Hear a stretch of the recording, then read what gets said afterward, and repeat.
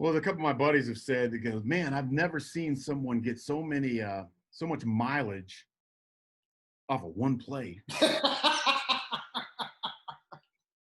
man. You got a 10-year NFL career, and look, I'm getting interviewed one play. No, but first, Chris, I didn't win the championship, and you know that. I was part of a ton of big plays. I mean, heck, Chris, I mean, you know, the game you had just with fumble recoveries and sacks and late hits. Wow. You're right, man. But, you know, Frank Stamms that day, you know, Tony Rice that day, Anthony Johnson and Braxton and Pat Eilers. I mean, there were so many big plays, and you know, I happened to make a couple. But, you know, going into – it looks surprising for folks. You're being kind of modest. But if not you batting down that pass, we would have lost the game. Is that correct or what? Yeah. It would. What? You actually admitted what? Okay. It'd be a scary place to walk around campus if I didn't knock down that pass. It'd be a pretty scary place to come back. All right. So these are all your guys. And how was that? You know what? You know, Chris, I tell you, you know, yeah, I played against a bunch of those guys in high school, knew a bunch. And matter of fact, the guy that I was guarding, Leonard Conley, we played against each other for 4 years in high school. He went to rival. Wow. And so he went to Tarpon Springs, and he was a great athlete then. And I just remember, you know, lining up against him, and, you know, I was like, oh, we're right back here again, you know. Wow. But so that was something that was surprising but yet familiar. But leading up to that week, it's big. You know, it's Miami. And for me personally, being from Florida and getting recruited by the Hurricanes, and you know, with my oldest brother, who's, you know, my biggest hero, being a huge Miami Hurricane fan, I mean, and he wasn't shy to tell me, well, Pat, I hope you have a good game, but, you know, I hope these guys – not I hope. These guys are going to destroy you. So, you know, there was a matter of fact, I think Grady sold his ticket that day. Oh, my $500, gave one of the ushers 20 and got in for free. So, I mean. No, that's awesome. And let me guess. He was in that corner where you batted down the pass, right? Oh, he told me, he was like, pass right here. Here's what we're going to do now. But, you know, so, you know, the intensity was big. You know, I was a bit nervous. Chris, it was only my second start. Wow. And so, you know, at free safety. And, but it was fun. You know, I felt, although I was nervous and it was intense, you know, seeing those guys that I recognized and being out in that defense with you guys, I mean, it was, Chris, so many of our, you know, guys out there all say they can remember almost every minute of that game. How, right.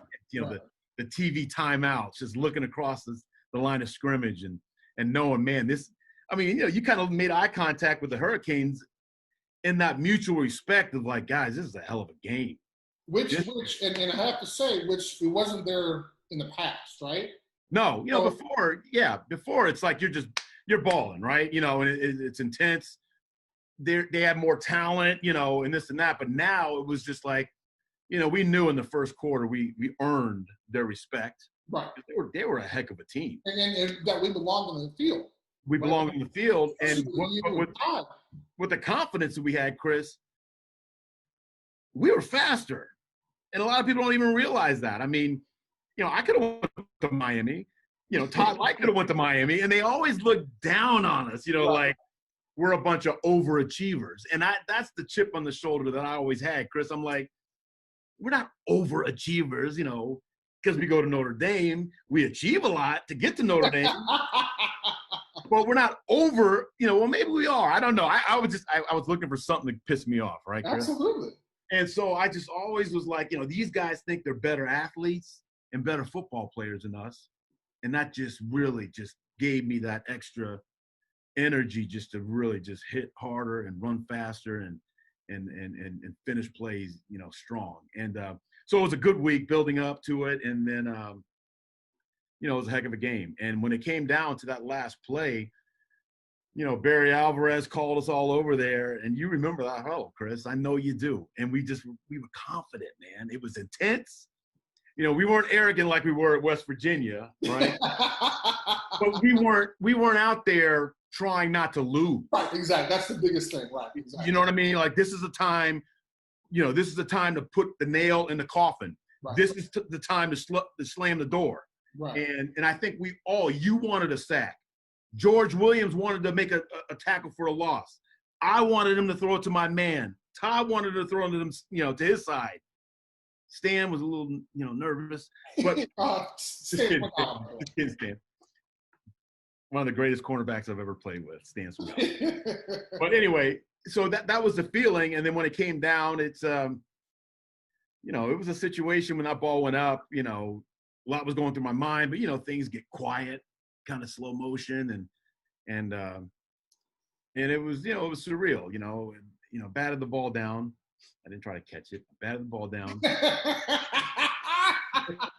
And as soon as that happened, it was like mute went off. And I wasn't, celebrating and excited about that play. I was excited that we just kicked some tail and we won this game together. And so I didn't even think of it, Chris, at the time as, hey, that was a pretty big play because as a defensive back and a former wide receiver, I was still kind of excited about my pick six, right? I mean, that's the one I wanted to talk about, and everyone wanted to talk about this awkward-looking batted down play. But, so I think it was later on in life that I realized, what a big deal that play was. But it was a team effort, and, as my great critic, cornerback Todd Light, so skillfully says, you should have caught it. Of course. And then, so, George Williams was able to get enough pressure on Steve Walsh to throw his hands in the air, and who knows, right? I mean, had George not been able to do that, so, and unfortunately, we just lost him recently, so rest in peace, George. And then, so kind of share with us the fact that every Notre Dame fan you meet talks about how they were in the corner of that end zone. Please, I mean, I think you've said the stadium would have been like 80,000 people, right? Yeah, well, that was before the expansion, but right, exactly. 59,000 people was our capacity. And, I joke around, but I don't know if I'm joking anymore, but I know I've met at least 59,000 people that said, Pat, I was right in the corner. Knocked that ball down, and I think, it was fun just to see pictures and to look at the reaction of some of the fans' faces and great memory, great game for the history of a great school and a university. And so, as it's neat to be part. You go to a school with so much history, and to be able to be a part, substantial part of that history with the '88 championship team is, we said it in the locker room when we were 18 to 21-year-old kids. We said, man, guys, remember this. We're going to remember this the rest of our lives, and they can never take it away from us. And so it was a special game. And like we've all said, it was probably way more intense, than the national championship game, because at that point we were unstoppable. This is Chris Zorich. Being part of some very successful teams, what I valued most was the collaboration and the chance to work toward common goals. Comar, derived from the Gaelic word meaning collaboration. Comar Partners is a recognized leader in retained executive search, professional recruiting, and talent advisory services. We are trusted advisors to our clients.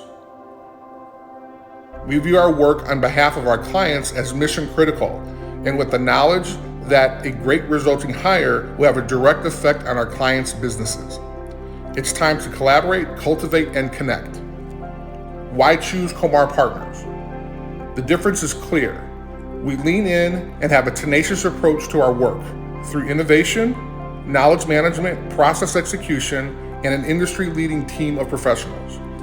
As part of every search, we provide a compensation analysis, a third-party executive assessment, and one-on-one onboarding and acculturation coaching.